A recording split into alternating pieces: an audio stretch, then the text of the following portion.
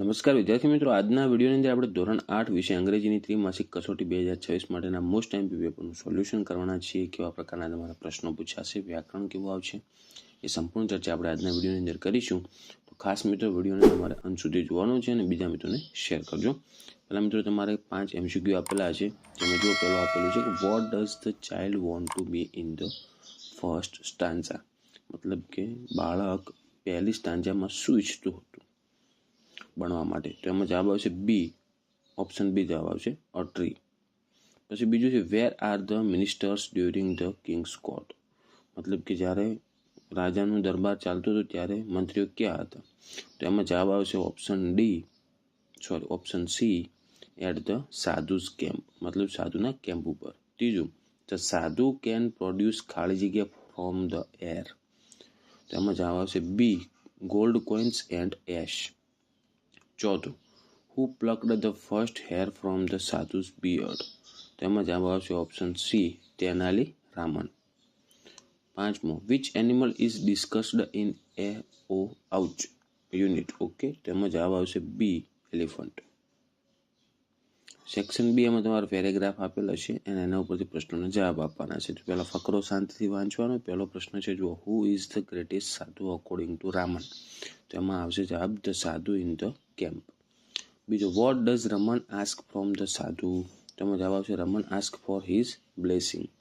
ત્રીજો, does Raman have enough money. તો એમાં જવાબ આવશે yes, he has enough money.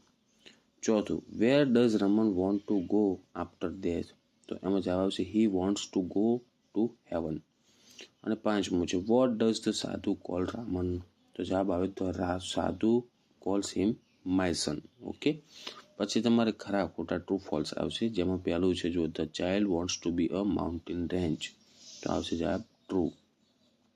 બીજું, ધ સાધુ હેડ અ મેજિક બિયર્ડ. તો જવાબ થાય ખોટો, એટલે કે ફોલ્સ. ત્રીજું, Tenali Raman really believed the સાધુ વોઝ હોલી. તો આ આવશે ફોલ્સ. ચોથું, an elephant can live for many years. તો આ જવાબ આવશે ટ્રુ. પાંચમું, Raman wanted a gold coin from the સાધુ. તેમાં જવાબ આવશે ફોલ્સ. હવે ચોથું છે એમાં સિમ્પલ ફ્યુચર ટેન્સમાં આપણે ખાલી જગ્યા ભરી અને વાક્ય પૂરું કરવાનું છે. તમને કૌંસમાં શબ્દ આપેલા છે જો will it, will go, will rain, will buy અને વિલ પનિશ.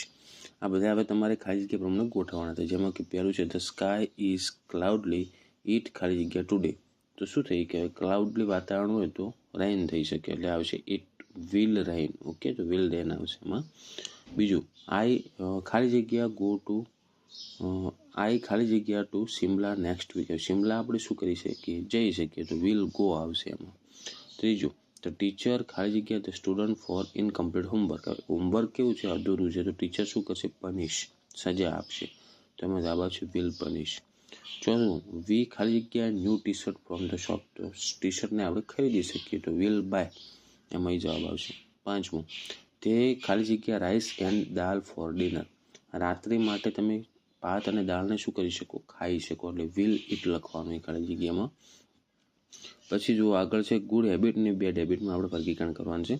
જેમાં તમે જો spitting on road, helping friends, waking up early, throwing waste in garden, respecting elders, આ બધી ક્રિયાઓ બતાવી છે. આમાં ગુડ હેબિટ્સ એટલે કે સારી બાબતો કઈ અને બેડ હેબિટ્સ એટલે ખરાબ બાબતો કઈ, એમાં આપણે વર્ગીકરણ કરવાનું. તો ગુડ હેબિટ્સમાં મિત્રો જો આવશે helping friends, waking up early અને રિસ્પેક્ટિંગ એલ્ડર્સ. અને બેડ હેબિટમાં આવશે સ્પીટિંગ ઓન રોડ અને થ્રોઈંગ વેસ્ટ ઇન ગાર્ડન. પછી તમારે ડાયલોગ કમ્પ્લીટ કરવાનો, ઉપર કાઉન્સમાં આપેલા હશે એ પ્રમાણે તમારે ગોઠવી અને ડાયલોગ પૂરા કરવાના, સંવાદ આવશે.